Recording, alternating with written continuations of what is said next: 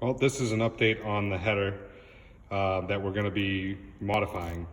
So you're going to notice that this is very short, and when you're researching like a B18 superchargers with the Jackson Racing style superchargers, there was a company that was called Kamikaze that was making a header that everybody wanted to put on these engines to produce the most power.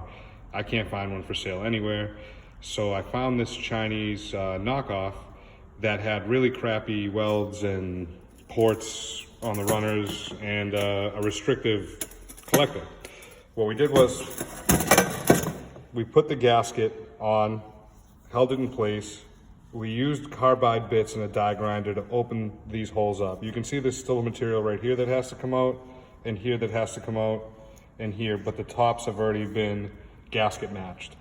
And the carbide bit just goes around, cuts off pieces of metal.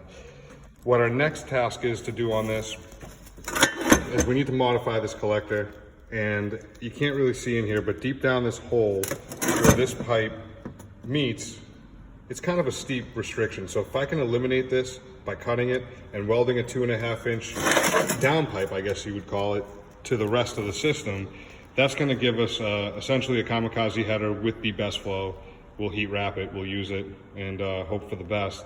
I'll give you some more on the finished product. I did notice that those Kamikazes were good, and there's a YouTuber, his name I think is Honda Chris or Honda Chris Katz, spaces with capital letters in the beginning.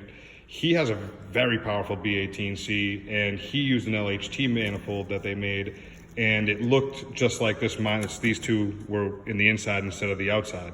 So that's the design.